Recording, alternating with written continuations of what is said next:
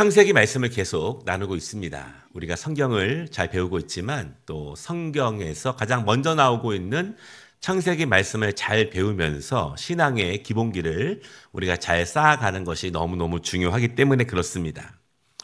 탈무드의 가르침 중에서 이런 이야기가 있는데요. 여러분들 잘 아시는 이야기입니다. 자녀에게 고기를 잡아주면 한 끼밖에 못 먹지만 고기 잡는 법을 가르쳐주면 평생을 먹고 살 수 있다. 이런 가르침입니다. 핵심은 잘 준비를 시키십시오. 그런 의미예요. 짧은 만족을 위해서 쉽게 무엇인가를 주기보다는 길게 보고 또한 더 큰 것을 얻을 수 있도록 스스로의 힘으로 할 수 있도록 준비시키는 것이 중요합니다. 그런 뜻이죠.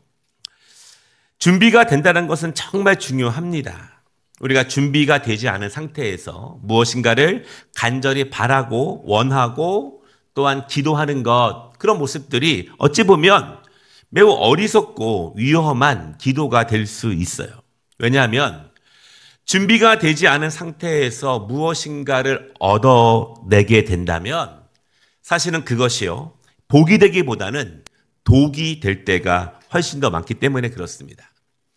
우리가 지난 주일까지 오랜 시간 매일 새벽 기도회에 신명기 말씀을 같이 나누었는데, 지난주 말씀 가운데 제 마음에 어떤 울림이 있는 말씀을 잠시 한번 나눈다면 신명기 32장 15절 말씀인데요.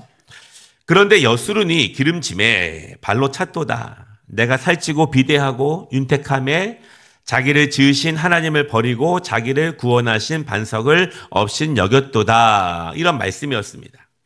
이스라엘이 어려운 가운데 하나님의 은혜를 구해서 하나님이 그들을 불쌍히 여기셔서 그들의 땅을 기름지게 하시고 그들의 삶을 윤택하게 인도해 주셨습니다. 그런데 이스라엘이 배부르게 되고 비대해지고 여유로워지니까 그 간절함들이 다 사라졌다는 거예요. 그리고 그들을 여기까지 인도해 주신 하나님을 도리어 버리게 됩니다. 이제는 하나님 별로 중요하지 않아요. 별로 필요하지 않아요. 그래서 그들은 모든 것을 다시 잃게 됩니다. 하나님의 복을 바르고 의롭게 다루는 준비가 되어 있지 않으면 은혜는 도구로 변하게 되고 축복은 진노로 변하게 됩니다.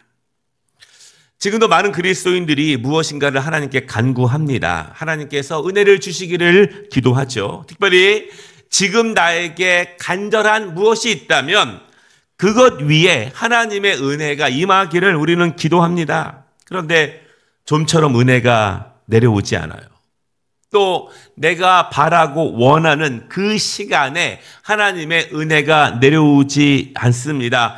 우리는 그때 이렇게 생각을 하죠. 하나님은 나에게 은혜 내려주시기를 기뻐하지 않으신가? 하나님의 은혜에서 나는 제외된 사람인가? 이런 오해를 할 때가 있습니다. 그러나 오늘 본문을 통해서 우리가 깊게 생각해 볼 것이 있는데요. 하나님께서는 우리가 준비할 수 있는 시간을 주고 계시다는 거예요. 그 은혜가 도리어 독이 되지 않도록, 하나님의 복이 도리어 진노가 되지 않도록 하나님의 은혜를 바르게 사용할 수 있어서 복이 영적으로 육적으로 우리에게 힘이 되고 생명이 되고 또한 능력이 될 수 있는 그러한 준비를 하나님께서 우리에게 시키고 계시다는 것입니다. 오늘 본문을 통해서 하나님께서 약속하신 아브라함에게 주신 그 복을 위해서 하나님은 마침내 그를 어떻게 준비시키시는지를 우리가 함께 말씀을 통해서 보면서 나 또한 하나님이 주신 말씀을 이루기 위해서 어떤 준비가 필요한지를 함께 말씀을 통해서 나누도록 하겠습니다. 첫 번째 말씀은요, 감당할 만한 믿음의 사람으로 선다. 이제는 감당할 수 있습니다. 이제는 감당할 수 있는 믿음의 사람으로 내가 새롭게 선다는 그런 의미예요. 하나님이 나에게 약속을 주시면 그 약속은 언제 이루어질까요? 믿음의 사람들은 이제 좀 압니다. 사람의 시간과 하나님의 시간이 다르다는 것을 우리는 조금 알죠. 나는 지금 필요하고, 나는 곧 이루어지기를 원하고, 나는 어떠한 기한 내에 빨리 일어나기를 원하지만, 우리는 나의 시간표가 아니라 하나님의 시간에 그 일이, 그 말씀이 이루어진다는 것을 우리는 잘 압니다. 그래서 우리는 소망을 가지고 하나님의 시간을 만나러 믿음으로 나아가는 우리들의 거룩한 삶이 되어야 하겠죠. 아브라함은요, 여러모로 우리의 신앙과 삶의 모델이 됩니다. 그래서 하나님께서 아브라함을 믿음의 조상으로 삼으시면서 이 창세기를 읽고 있는 수많은 사람들에게 믿음으로 살아간다는 것이 어떤 길인지에 대해서 아브라함의 신앙과 삶을 통해서 우리에게 보여주고 있어요. 사실은 우리가 걸어가는 것과 별로 다르지 않다는 것입니다. 아브라함이요, 하나님의 약속을 받고 하나님의 부르심에 응답해서 가나안으로 떠날 때가 75세입니다. 그리고 오늘 본문 1절을 보면 이제는 99세가 되었습니다.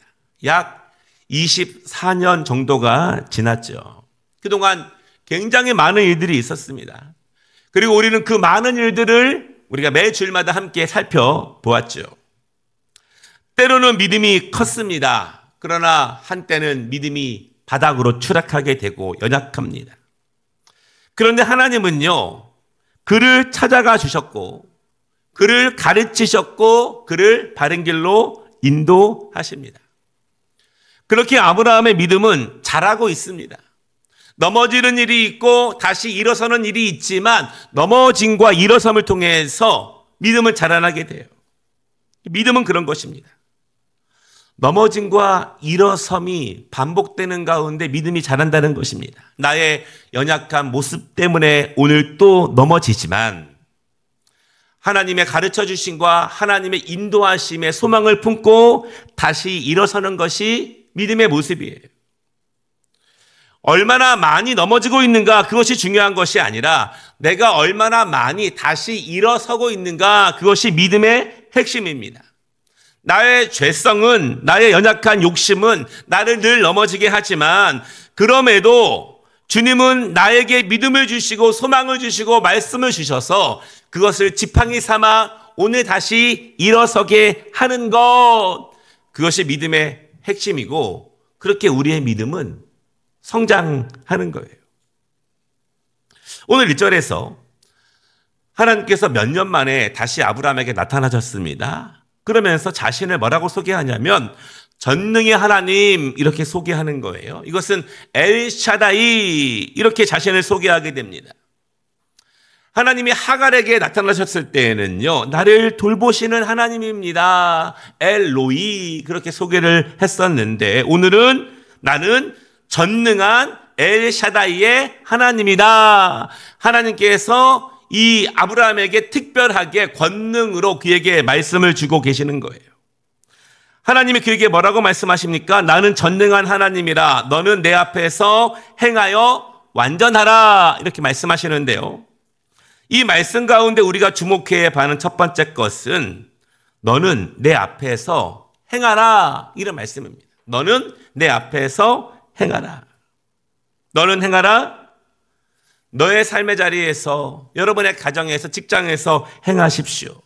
그런 의미가 아니라 어디에 있든지 어디를 가든지 전능하신 하나님 앞에서 행하라, 그런 의미입니다. 하나님과 함께 행하라. 어디에 있든지 내가 무엇을 하든지, 낮이든 밤이든 직장이든 그것이 어디든지 하나님이 나와 함께 계심을 믿고 행하라. 이 행하다의 히브리어가 하락이라고 하는 단어인데요, 이 단어가 창세기의 다른 중요한 부분에서 쓰여졌습니다. 먼저는 창세기 5장에 보면은 에녹을 말하면서 에녹은 하나님과 하락, 동행했다, 그렇게 말합니다. 그리고 또한 창세기 6장에 보면은 노아는 의인이요 당대의 완전한 자라, 그는 하나님과 동행하였으며.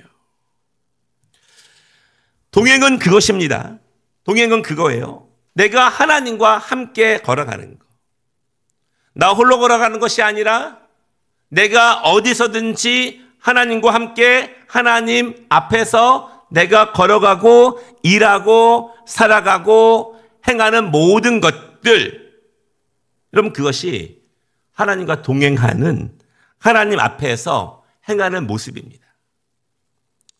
꼭 기억하시기를 바랍니다. 여러분들이 가정에 있든지 직장에 있든지 때로는 어둠 속에 있든지 때로는 죄의 길에 있든지 그때에도 하나님께서 함께 하신다는 것을 꼭 믿으시기를 바랍니다. 하나님을 의식하는 거예요. 하나님이 지금 나와 함께 계시다. 하나님을 의식하는 것이고 하나님을 인정하는 것이고 그래서 의롭게 바르게 믿음으로 주님과 함께 살아가는 것이 바로 이 하락의 은혜입니다. 두 번째 이 1절 말씀 우리에게 주는 말씀은 하나님과 동행하며 이제는 하나님과 함께 행하며 무엇을 하라고 말씀하십니까? 완전하라 이렇게 말씀하십니다. 이 완전하라는 말씀은 하나님께서 노아에게 말씀하신 것과 같은 말이에요. 노아는 의인이요 당대 완전한 자라 이렇게 말씀하십니다. 그러면서 아브라함에게 말씀하시는 거예요. 이제는 나와 동행하며 완전함으로 나아가라. 우리의 방향, 우리의 지향점, 나의 목표, 그것은 여러분 주와 함께 완전함으로 나아가는 거예요. 내가 살아갈 목적, 나의 신앙의 어떤 기준과 방향, 내가 하나님을 섬겨 나아가는 삶의 모든 것들 주님과 함께 완전함으로 추구하면서 나아가시기를 바랍니다. 기준을 높게 잡는 거죠. 예배도 높게 잡고 말씀도 높게 잡고 그러나 나 혼자 힘이 아니라 나의 의지가 아니라 주님과 함께 여러분 주님과 함께 완전함으로 나아가시기를 바랍니다. 제가 오늘 설교를 시작하면서 준비에 대해서 말씀을 드렸습니다. 준비돼야 하나님이 쓰시고요. 준비되면 높이시고 준비되면 이루십니다. 준비가 되지 않으면 은혜가 독이 되죠. 준비가 되지 않으면 실제로 은혜가 임하기가 쉽지 않아요. 그리고 오늘 하나님은요, 이 아브라함을 준비시키십니다. 하나님의 약속을 이룰 수 있는 준비를 시키십니다. 하나님에게 그에게 주신 말씀이 이제 복이 될 수 있는 그 준비를 시키시는 거예요. 어떤 준비를 시키실까요? 오늘 하나님께서 아브라함에게 준비시키는 두 가지가 있는데 이 두 가지는 성경에서 처음 나오는 거예요. 처음 나오는 두 가지를 아브라함에게 행하게 하십니다. 첫 번째는 5절인데 그의 이름을 바꾸십니다. 이제후로는 내 이름을 아브라함이라 하지 아니하고 아브라함이라 하리니 이는 내가 너를 여러 민족의 아버지가 되게 함이니라 이렇게 말씀하십니다. 이 아브람의 뜻은 높은 아버지 이런 뜻이지만 아브라함은 수많은 사람들의 높은 아버지, 열방의 아버지, 모든 민족의 아버지 그런 뜻이에요. 성경에서 하나님께서 처음으로 그 사람을 지목하여 이름을 바꾸십니다. 하나님이 바꾸시는 거예요. 하나님이 정하시는 이름입니다. 여러분 이름을 바꾸시는 분들이 계시죠. 저도 어렸을 때 그런 생각을 해봤습니다. 이름에 대한 컴플렉스가 좀 있어요. 준, 그쵸? 빈, 얼마나 멋있는 이름이에요. 네. 네.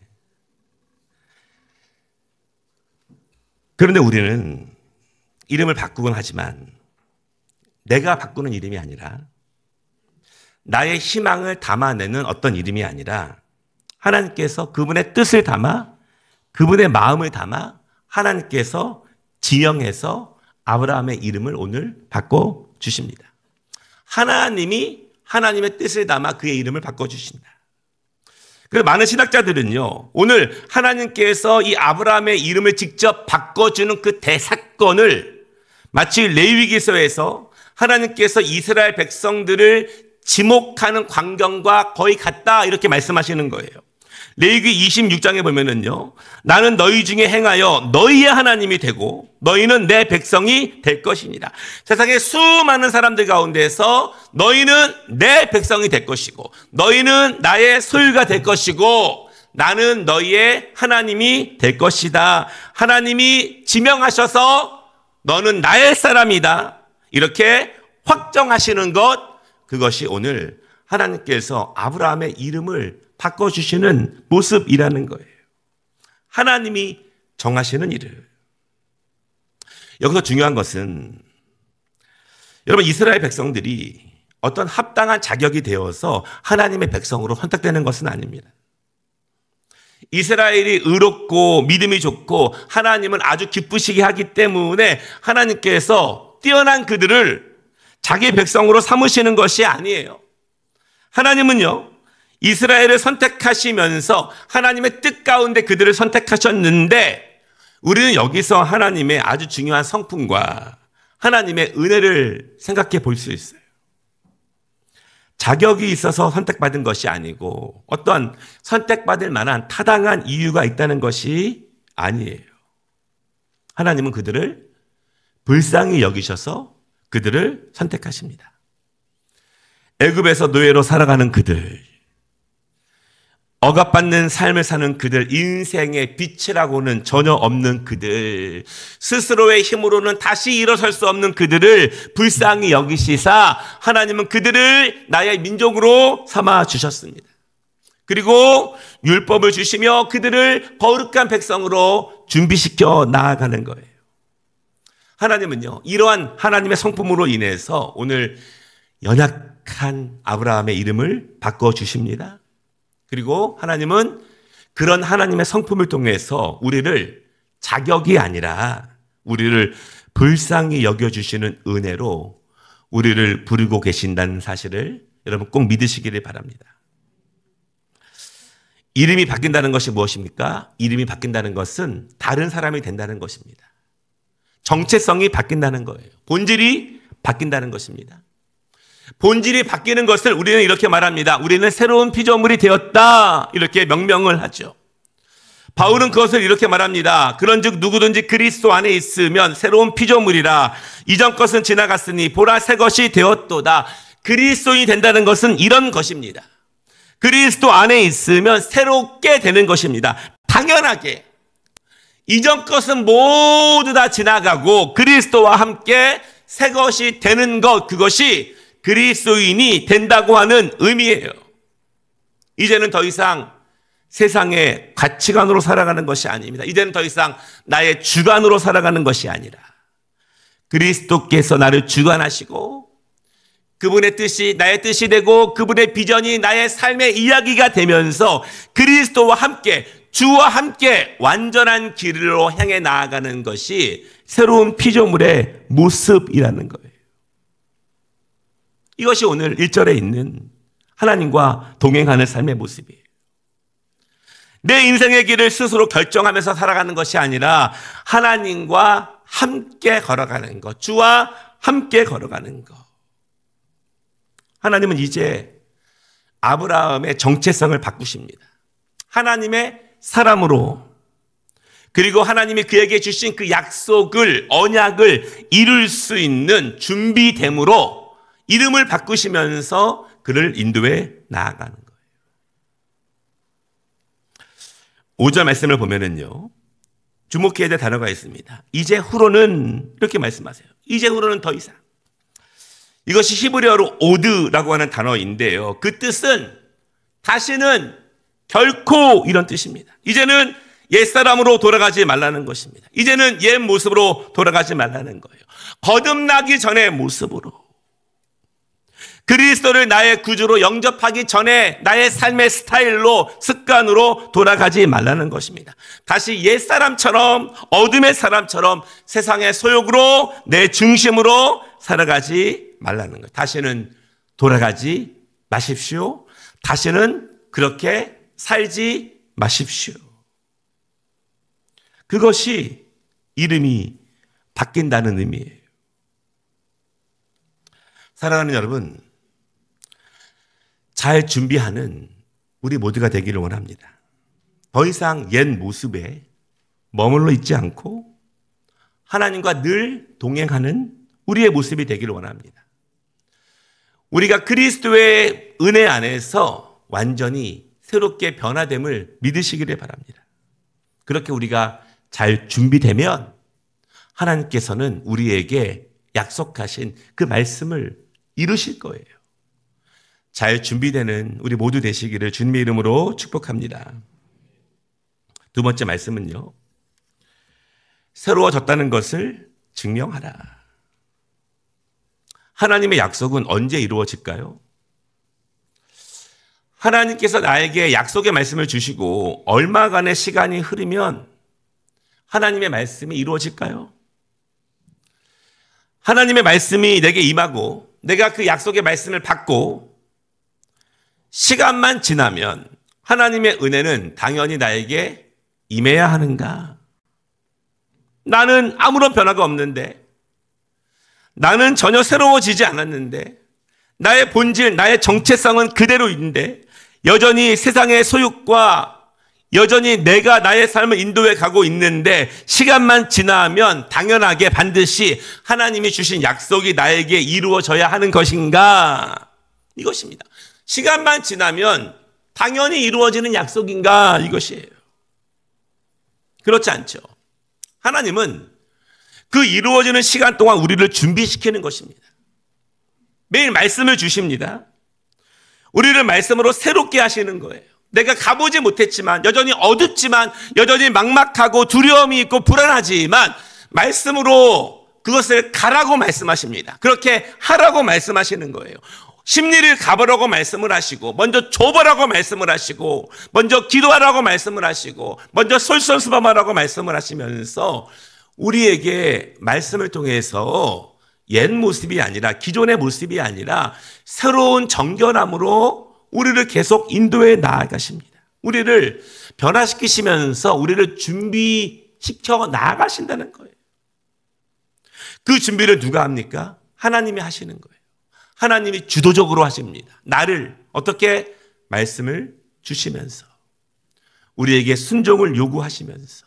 여러분, 순종하지 않으면 우리는 옛 모습으로부터 결코 탈피될 수 없어요. 순종하지 않으면 우리의 오래된 시간표로부터, 나의 습관으로부터, 나의 물질관으로부터, 나의 삶의 우선순위로부터 순종하지 않으면 절대로 우리는 새로워질 수 없어요. 하나님은 그렇게 우리를 변화시키시면서 하나님이 내리실 은혜를 맞을 수 있는 준비를 하고 계시는 거예요. 그리고 우리는 시간이 되면 증명해야 합니다. 내가 준비되었다는 사실을, 이제는 내가 하나님의 은혜를 복으로 맞이할 수 있다는 사실, 준비되었다는 것을 내가 증명해야 합니다. 단지 마음으로만 하는 것이 아니라 단지 주님 아시죠? 이렇게 대충 넘어갈 수 있는 것이 아니라 하나님은 변화된 증명을 직접 우리에게 보자고 말씀하시는 거예요. 이제는 정말 내가 하나님의 말씀을 복으로 받을 준비가 되어 있는지, 하나님이 나에게 어떤 말씀을 하시더라도 그 말씀이 나를 살리는 말씀으로 내가 받을 준비가 되어 있는지, 하나님이 나에게 어떤 말씀을 하시더라도 지금 나의 상황이 그렇게 전혀 안 돼도 그 상황을 뛰어넘을 수 있는 말씀으로 받을 수 있는지, 준비되었는지를 하나님은 증명하시고자 합니다. 10절이에요. 성경에 나오는 두 번째 최초로 벌어지고 있는 일. 너희 중 남자는 다 할례를 받으라. 이것이 나와 너희 후손 사이에 지킬 내 언약이리라. 하나님께서는 할례를 행하라고 하십니다. 아브라함을 향한 약속을 이루시기 위해서 그를 준비시키시는 거예요. 그 준비됨을 할례로 증명하라, 이렇게 말씀하십니다. 우리가 이미 여러 번 말씀을 나눴지만 이 할례는 중요한 두 가지 의미가 있어요. 첫째는, 할례는 생명이 하나님께 달려있다는 것입니다. 여러분, 쉽게 말하면요, 하나님께 너의 생명을 드릴 수 있느냐, 이렇게 질문하는 거예요. 너의 생명을 통해서 준비되었다는 것을 증명할 수 있느냐, 이런 말씀이에요. 할례는 생명을 내놓고 하는 행위입니다. 실제로도 많은 사람들이 죽었죠. 지금으로부터 최소 4,000년 전에 의료 수준이 아주 미약하던 시기에 피를 많이 흘리게 하는 고통스러운 죽음을 담보로 하는 행위입니다. 굉장한 고통으로 신음을 하는 시간이며, 더 중요한 것은요, 우리가 창세기에 또 살펴보겠지만 남자들이 할례를 받으면 고통 때문에 당분간 아무것도 할 수 없습니다. 그때 이방 민족이 공격하면 꼼짝없이 다 죽는 거예요. 그러므로 할례는요, 생명을 놓고 증명하는 믿음의 행위예요. 하나님께서 우리에게 말씀하시는 거예요. 생명은 하나님께 달려있다는 믿음의 고백을 몸으로 증명할 수 있느냐. 여러분, 우리의 입술이 아니라, 우리의 마음이 아니라 내 몸으로, 내 생명으로 증명하는 것만큼 더 확실한 증명이 어디에 있겠습니까? 중요한 것은요, 최초의 할례예요. 한 번도 들어본 적 없는 말씀으로 나에게 증명하라고 말씀하십니다. 다른 누구에게도 요구하지 않는 그 순종으로 하나님께서 나에게 준비되어 온 그 믿음을 증명하라고 말씀하시는 거예요.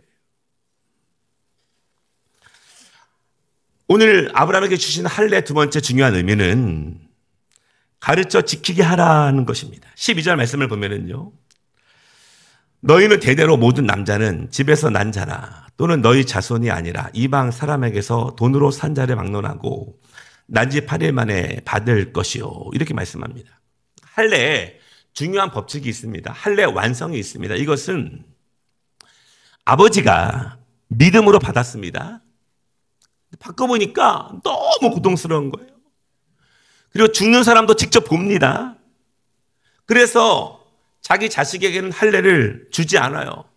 혹은 자기 자식들이 그렇게 고통스러워하는 모습을 보고 나는 안 받겠습니다라고 할 때 강요하지 못하고 할례를 시행하지 못하는 거예요. 이제 그것은 할례 증명이 아니라는 거예요. 할례 증명은, 할례 믿음은 나뿐만 아니라 대대손손이, 최소한 내가 살아있는 동안에 태어난 내 아들과 내 손주들, 최소한 내 책임 안에 있는 그 자녀들에게는 모두 다 하나님의 약속을 믿고 생명이 하나님께 달려있다는 믿음으로 할례를 행하게 하는 것이 할례의 증명입니다. 증명. 오늘 7절을 보십시오.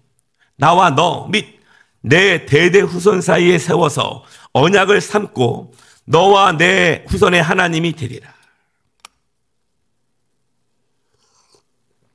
8절입니다. 내가 너와 내 후손에게. 9절, 너는 내 언약을 지키고 내 후손도 대대로 지키라.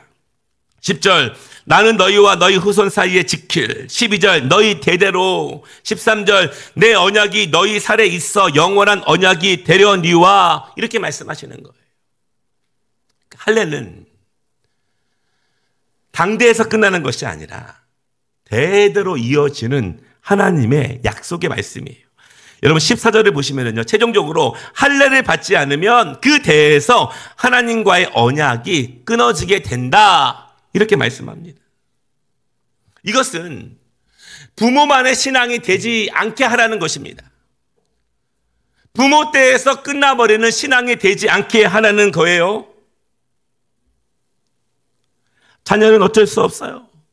마음대로 안 돼요. 그것이 아니라 그들도 꼭 자신의 믿음을, 스스로의 믿음을, 부모의 믿음을 나의 믿음으로 받아 스스로의 믿음을 증명할 수 있도록 그 책임이 부모에게 있다는 것입니다. 부모가 행하지 않으면 누가 행하겠습니까? 여러분, 우리의 자녀들에게 믿음을 온전히 전승하는 책임은 어디에 있어요? 교회에 있습니까? 목사님께 있습니까? 그렇지 않아요. 바로 부모님들께 있어요. 할아버지, 할머니들께 있어요. 왜냐하면 그것이 부모가 자녀에게 상속할 수 있는 가장 큰 축복이기 때문에 그렇습니다. 말씀을 마치겠습니다. 하나님이 주신 약속의 말씀은 반드시 이루어집니다. 단 나의 시간이 아니라 하나님의 시간에 이루어집니다. 그럼 하나님의 시간은 언제 올까요? 내가 준비되면 옵니다. 하나님은 준비된 자를 절대로 그냥 두지 않으십니다. 하나님의 말씀이 이루어질 때는 그 은혜를 복으로 받아 축복으로 받을 준비가 되어 있을 때 하나님의 말씀이 이루어집니다. 아브라함처럼 우리는 자주 연약하죠. 자주 넘어지죠. 나의 죄성과 나의 옛사람의 속성과 나의 고집과 오만으로 우리는 자주 넘어집니다. 그러나 여러분, 넘어지는 일에 너무 속상해하지 마십시오. 하나님의 은혜를 또 구하고 소망하면서 다시 일어서는 것이 믿음입니다. 넘어질 숫자를 중요하게 여기지 마십시오. 잊어버리십시오. 누군가의 넘어짐을 더 이상 기억하지 마시기를 바랍니다. 다시 일어서는 것이 믿음이고, 하나님은 넘어진 것을 기억하는 것이 아니라 성령님 의지하며 말씀으로 내가 오늘 변화되고 새롭게 되는 일어섬을 하나님은 기억하신다는 것을 믿으시기를 바랍니다. 이름을 바꾸셨어요. 이제는 하나님의 사람이라는 것입니다. 다시는 옛 모습으로 돌아가지 않는 거예요. 어떻게? 하나님이 지금 내 앞에 계시다는 것을 의식하고 긴장하고 집중하면서 정결로 나아갈 때 우리는 주와 더불어 완전함으로 나아갈 수 있어요. 우리에게 생명이 번성하게 주신다고 약속하셨지만 아브라함에게 생명을 증명하라고 말씀하세요. 함께 증명하는 우리의 신앙이 되기를 원합니다. 그렇게 준비되면 하나님은 우리 모두에게 각자에게 주신 말씀을 이루실 것입니다. 그 이루어짐의 축복을 우리 모두 함께 누리시기를 주님의 이름으로 축복합니다.